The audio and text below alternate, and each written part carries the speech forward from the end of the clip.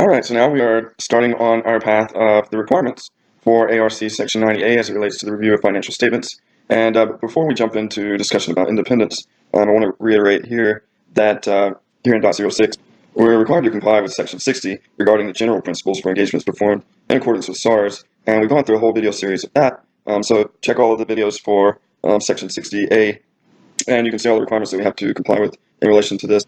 But as noted in those videos and this section, we're required to comply with the general principles there at Section 60A, and also the ARC Section 90A, which we're going through right now, and which is specific to reviews of financial statements. Okay, so now we can dive into independence. It says here that when we're performing a review of financial statements, we are required to be independent of the entity, and if during the performance of the review engagement, we determine that our independence is impaired, then we should withdraw from the review engagement. So we've got some explanatory material down here at A13 and A14 to give us some more understanding over how do we comply with this particular requirement. So let's go down to that section.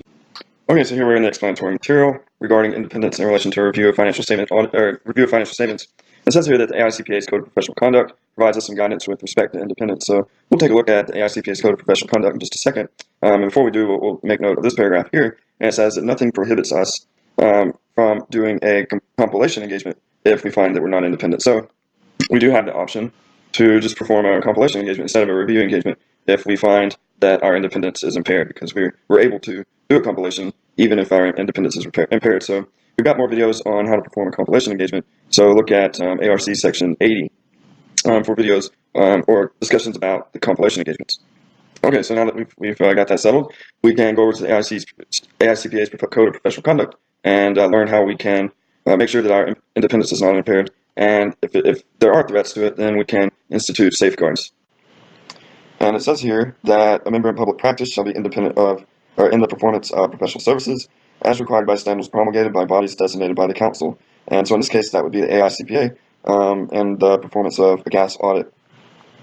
And so the problem with independence is that there's an infinite number of relationships and circumstances for which the appearance of independence might be questioned. So the AICPA here has put together more of a framework to understand independence, as opposed to a lot of specific matters that might be risk to independence and might not be. But so in using that framework, there's several terms that we need to understand. First, an acceptable level of independence would mean that a reasonable and informed third party who's aware of what's going on would be expected to conclude that the independence is not impaired. So this is not only an independence of fact, but an independence of appearance. So would someone else looking in maybe come to the conclusion that independence is impaired? So what does impaired mean? So it means in connection with independence. Being impaired would effectively extinguish the independence. So when the member's independence is impaired, the member's not independent. So there may be several situations that look like could impair the independence of the auditor. In those cases, auditors should employ safeguards. And so those are actions or other measures that may eliminate the threat or reduce the threat to an acceptable level here. And so those threats are relationships or circumstances that could impair independence. So in performing our analysis of whether or not we're independent, we first take a look at some threats, what looks like it could impair our independence. And so then we try to see, well, are there safeguards that we can put in place that would prevent us from being impaired even though we have that threat? And after that, we gain an understanding of is our independence, or rather our threat to independence, now down to an acceptable level after we've employed those safeguards. And if it turns out that we can't put together safeguards to eliminate that threat, then we're impaired and we're not allowed to issue a report on the engagement. So let's go take a look at what are some threats that might impair our independence.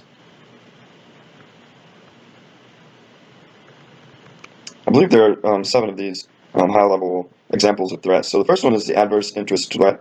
So this would mean that the interests of the client and the auditor are opposing each other, and so then the auditor might not act objectively in regard to the audit. So an example of that might be that the auditor or the client are suing each other, so they have an adverse interest in each other. The next example would be maybe the advocacy threat. And this would mean that maybe the auditor is an advocate of the client through promoting the client's interests or positions to the point that independence is compromised. So examples of these might be that the client's securities are being issued in an IPO, the auditor provides expert witness services to the client, or the auditor represents the client in a tax court or other public forum. So in that case, the auditor might have an incentive to make things look better for the client's financial statements and be its advocate. Next, we have a familiarity threat. And this might happen if the auditor and the client have had a really long relationship, and so after that long relationship, the auditors become sympathetic to the client's interests and too accepting of the client's work. And so that might come about if the auditor has a family member working in a key position of the client. The partner of the audit firm has been working on that engagement for a really long time. A member of the firm has become, or a member of the auditing firm has become a key employee or director of the client, or a member of the engagement team has a close friend who is in a key position at the attest client. So being too familiar with the client or in relationships with those at the client might be a threat to our independence.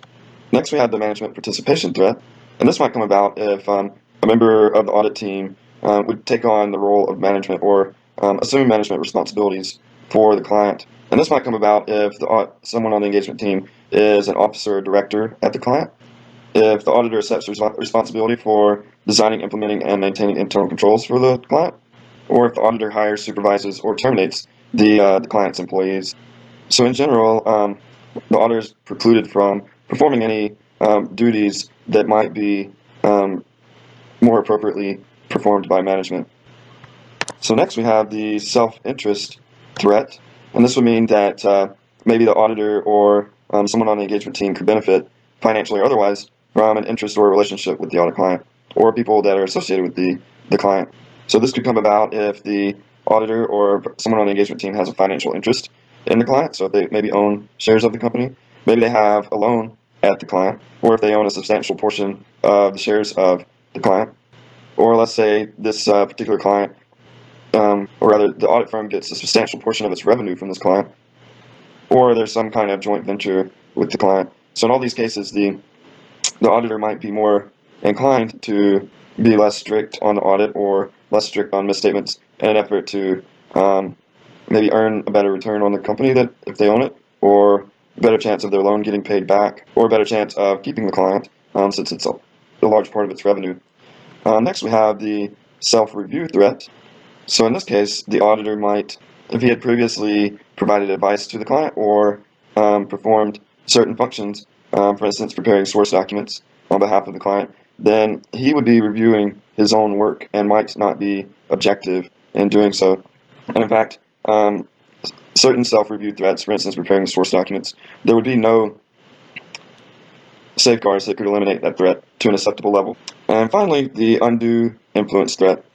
So this might come about if the client has a significant influence over the auditor. And so, for example, the auditor might subordinate his judgment on the audit if the client or another third party has a particular reputation or expertise, and maybe they have an aggressive or a dominant personality that persuades the audit, or the client attempts to coerce or exercise excessive influence over the auditor. And so that might come about if management of the client threatens to replace the auditor over a disagreement, or the client pressures the auditor to reduce fees through making there be less audit procedures, or maybe even the client provides a gift to the auditor to influence him. So in all respects, the auditor needs to keep an eye for those undue influence threats that might persuade the auditor to not be as objective. So now that we understand a lot of different types of threats that to the independence that the auditor might come across, let's understand some of the safeguards that could be put into place to mitigate those threats. So as we saw before, these safeguards should be effective enough to either eliminate the threat or reduce it to an acceptable level. And so there are three categories of safeguards. The first one is created by the profession, legislation, or regulation, and that might, for example, AICPA issues ethical standards, so that might be a safeguard to particular threats. Next, there might be safeguards that are implemented by the client, but it's not possible to solely rely on those to eliminate or reduce the significant threats to an acceptable level. And the third safeguard might be implemented by the firm, and so this might be policies and procedures to implement the professional and regulatory requirements. And so the effectiveness of these safeguards depends on a lot of different things. For instance, the facts and circumstances specific to the particular situation, the proper identification of the threats, and whether the safeguard is suitably designed to meet its objectives, the parties that will be subject to the safeguard, how the safeguard is applied, the consistency with which the safeguard is applied, who applies the safeguard, how the safeguard interacts with a safeguard from another category, and whether the attest client is a public interest entity.